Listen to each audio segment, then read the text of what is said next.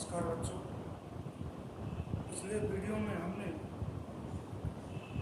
Thevenin theorem के बारे में पढ़ा था। थेवेनिन थ्योरम के द्वारा हमने सीखा था कि किसी भी बड़े सर्किट को हम छोटे सर्किट में कन्वर्ट कर सकते हैं। अब जब हमने थ्योरेटिकल पार्ट पढ़ लिया है तो हमारा आगे इसके संबंधित कुछ न्यूमेरिकल प्रॉब्लम्स करेंगे और इन न्यूमेरिकल प्रॉब्लम करने के बाद आपको ये टॉपिक थेवेनिन थ्योरम अच्छे से समझ में आ जाएगा और आप इससे ज़्यादा क्वेश्चंस करोगे, प्रॉब्लम सॉल्व करोगे तो और अच्छे से समझ में आएगा। मैं यहाँ कुछ प्रॉब्लम्स करवा देता हूँ और आपकी बुक में बहुत सारी प्रॉब्लम्स दी गई हैं, आप उनको करिए और आपका कॉन्सेप्ट इससे क्लियर हो। तो ये आपकी बुक का ये क्वेश्चन है कि ये सर्किट हमें दिया गया है जिसमें बैटरी लगी हुई है 10 वोल्ट की और ये संयोजन प्रतिरोधों का संयोजन किया गया है।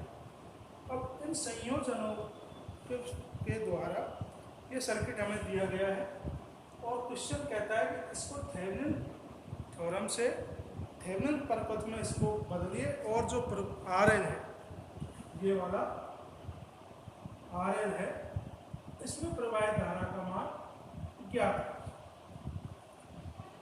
ठीक है भाई। तो हम जब थेवेनिन थ्योरम बनाते हैं तो इसके इक्विवेलेंट सर्किट बनाते थे। पिछले वीडियो में आपने देखा होगा, उसमें एक हम विभव स्रोत काम में लेते थे, एक परिपथ में प्रतिरोध और फिर RL या जो लोड प्रतिबाधा थी उसका उपयोग करते थे और इसके इक्विवेलेंट हम एक सर्किट बनाते थे जिसमें जो इसका बैटरी का नाम था रखा था E इक्विवेलेंट। कई बुक में इसको ETX के नाम से भी दिखाते हैं। अब इसके बाद ये जो हमारा प्रतिरोध था इसका हमने नाम दिया था R इक्विवेलेंट या RTH। कई बुक में RTH, TH means Thevenin, equivalent यानी तुल्य प्रतिरोध, और ये हमारा R। तो इस सर्किट को बदलने के लिए हम इस सर्किट का उपयोग करते थे और इन दो चीज़ों का मान यदि हम ज्ञात कर लेते हैं तो ये सर्किट हमारा थेवेनिन सर्किट में बदल जाएगा। तो इसके लिए मैंने बताया था कि पहले हम इक्विवेलेंट निकालते हैं। इक्विवेलेंट निकालने का फॉर्मूला क्या है? इक्विवेलेंट हम जब निकालते हैं तो इस सर्किट में, इस वाले सर्किट में हम क्या करते हैं कि लोड प्रतिरोध को हटाकर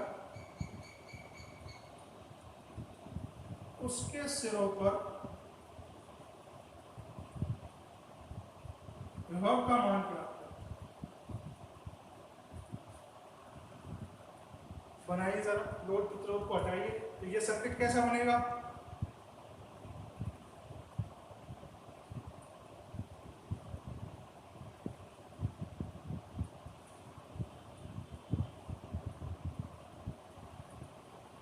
यदि हम इस पॉइंट को A दें, इसको B दें, तो ये हमारा A बन गया, ये B बन गया। इन दोनों के बीच में से हमने लोड हटा दिया तो ये क्या बच गया हमारे पास?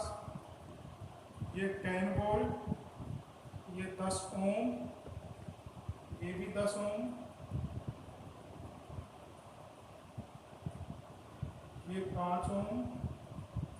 अब हमें लोड प्रतिरोध हटाकर उसके सिरों पर विभव का मान यानी A और B पर विभव का मान ज्ञात करना।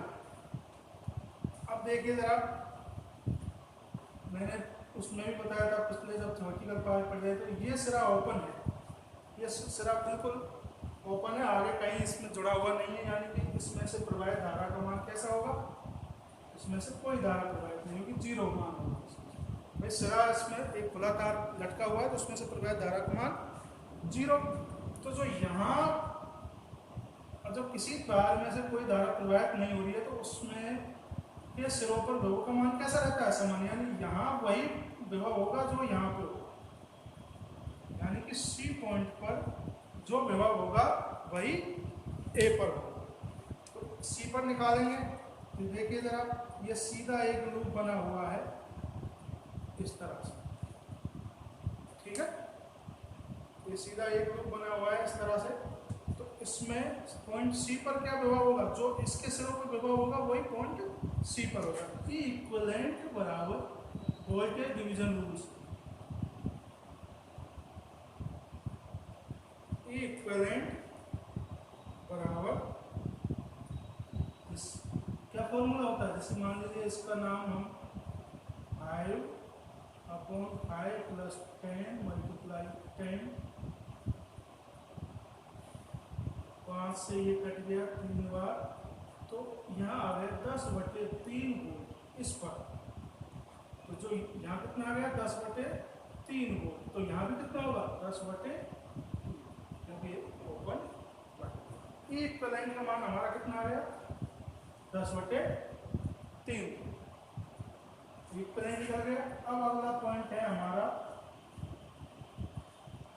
आर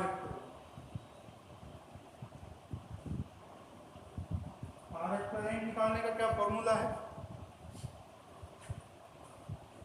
कि हम जैसे इस सर्किट में से लोड प्रतिरोध हटा दें और ये जो हमारा बैटरी है इसको क्या कर दें शॉर्ट सर्किट, लोड को हटाकर स्रोत को क्या कर दें लघुपतित, यानी कि शॉर्ट सर्किट कर दें करके कुल प्रतिरोध इसके सिरों के बीच ए और बी, ठीक है। बनाइए जरा। तो ये बन गया हमारा, इसको तो हमें ये मान लीजिए बैटरी है,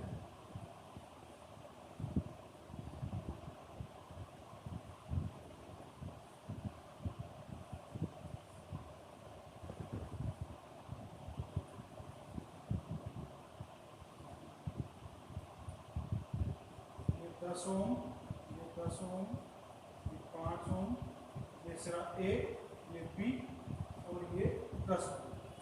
अब मैं लोड को हटा दिया और स्रोत को क्या करना लघुपतित। लघुपतित कैसे करते हैं, हम इस बैटरी को हटाकर इसके स्थान पर एक सीधा वायर जोड़ देते हैं, इसी को क्या कहते हैं शॉर्ट सर्किट करना या लघुपतित करना, ठीक है। अब इसके ए और बी के सिरों के बीच में कुल प्रतिरोध कितना आएगा,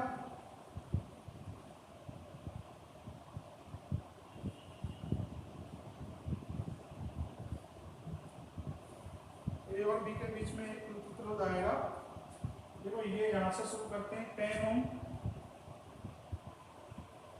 प्लस, यहाँ से शुरू करते हैं, ये दोनों सीरीज में है। सीरीज में क्या आएगा 5 × 10/5 प्लस 10 ओम, यानी कि 10 प्लस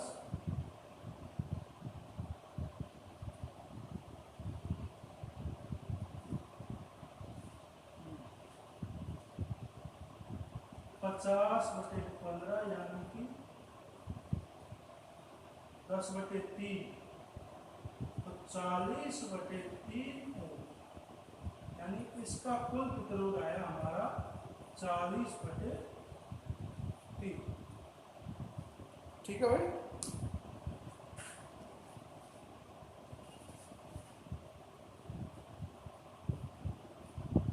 चालीस बटे 3 ओम आया।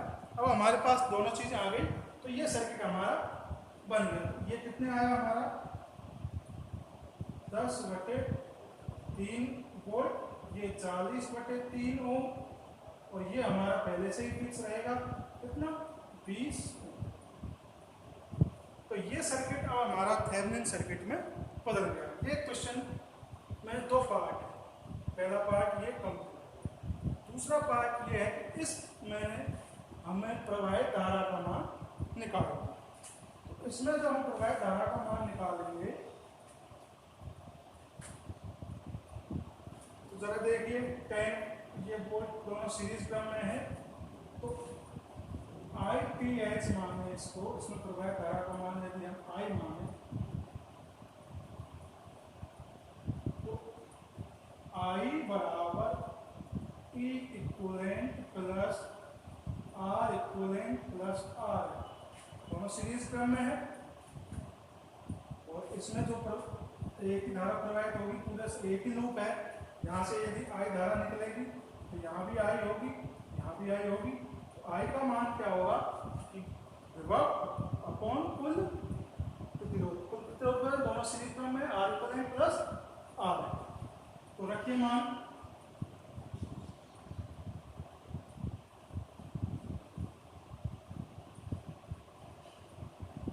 इक्वलेंट 10/3 अपॉन 40/3 प्लस 20, तो ये आ गया हमारा 10/100 यानी कि 0.1 एम्पियर धारा यहाँ से प्रवाहित हो रही है। ठीक है भाई, ये विभव अपॉन कुल प्रतिरोध, तो 10/3 प्लस अपॉन 40/3 प्लस 40/3 प्लस 20, तो ये हम जब इस कैलकुलेशन करेंगे तो हमारे पास ये इक्वेशन आती है। इस प्रकार से आप क्वेश्चनों को सॉल्व करेंगे। पहले E इक्विवेलेंट निकालोगे, फिर ETS निकालोगे और फिर उसमें प्रवाहित धारा का मान हम आसानी से निकाल लेंगे। पिछले वीडियो हमने सॉल्व किया था, इससे जो प्रवाहित धारा हो रही है बराबर ही इससे हो रही है, यानी दोनों सर्किट कैसे काम कर रहे, एक जैसे काम कर रहे। ये बड़ा सर्किट था, इसको हमने थ्योरम लगाकर कैसे सर्किट बना दिया, छोटा सर्किट बना दिया।